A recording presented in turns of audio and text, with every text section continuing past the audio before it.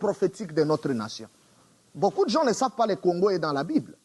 Beaucoup de gens ne savent pas les promesses que nous avons, nous Congolais, dans la Bible. Est-ce que vous pouvez nous lire Ésaïe 18?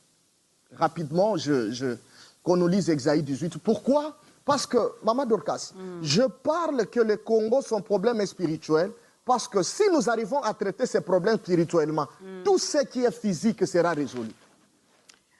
Ésaïe 18, je commence par le premier verset. Oui, maman. Voilà, j'ai lu au nom de Jésus-Christ. Terre où retentit le cliquetis des armes, au-delà des fleuves de l'Éthiopie. Maman, allons lentement. Au-delà de qui?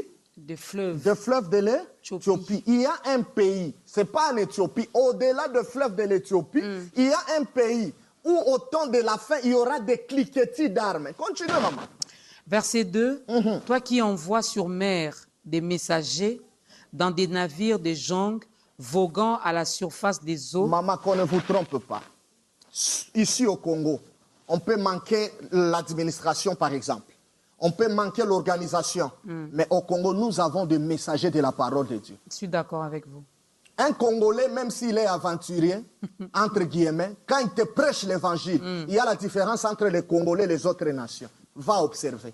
C'est la promesse. Nous sommes des messagers. Nous sommes envoyés sur le mer, les eaux. Apocalypse 17, 15. Les eaux que tu as vues, Jean, ce sont les foules, les langues, le peuple et les nations. Nous avons la promesse. Nous sommes partout. Allez, messagers rapides. C'est Esaïe qui annonce des choses pour notre nation. Continue, maman.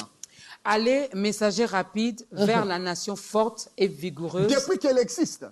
Continuez, je complète la lecture. Vers ce peuple redoutable depuis qu'il existe, nation puissante et qui écrase tout, et dont le pays est coupé par des fleuves. À part le Congo, au-delà des fleuves de l'Éthiopie, si Esaïe ne parlait pas de notre nation, montrez-moi un autre pays, les géographes. Montrez-moi un autre pays. Si le Congo n'est pas dans la promesse de Dieu, montrez-moi un autre pays qui est découpé par les fleuves. Continuez, il y a une autre réalité qui montre que le Congo est dans la Bible. Verset 3. Vous tous habitants du monde. Tous habitants du monde. Observez la bannière. Habitants de la terre. Voyez la bannière qui se dresse sur les montagnes et écoutez la trompette qui sonne. Écoutez la trompette qui sonne dans ce pays-là, la parole. Ce pays-là, la connaissance. Continuez, maman. Car ainsi m'a parlé l'Éternel. Ainsi m'a parlé l'Éternel. Je regarde tranquillement de ma demeure par la chaleur brillante de la lumière et par la vapeur de la rosée au temps de la chaude moisson. C'est autant, Maman Dorcas, autant, la moisson c'est quoi? Jésus dit laissez le blé et l'ivraie grandir ensemble. Au temps de la moisson, je viendrai séparer. C'est-à-dire, au temps de la chaude moisson, c'est un temps où les choses ont déjà mûri.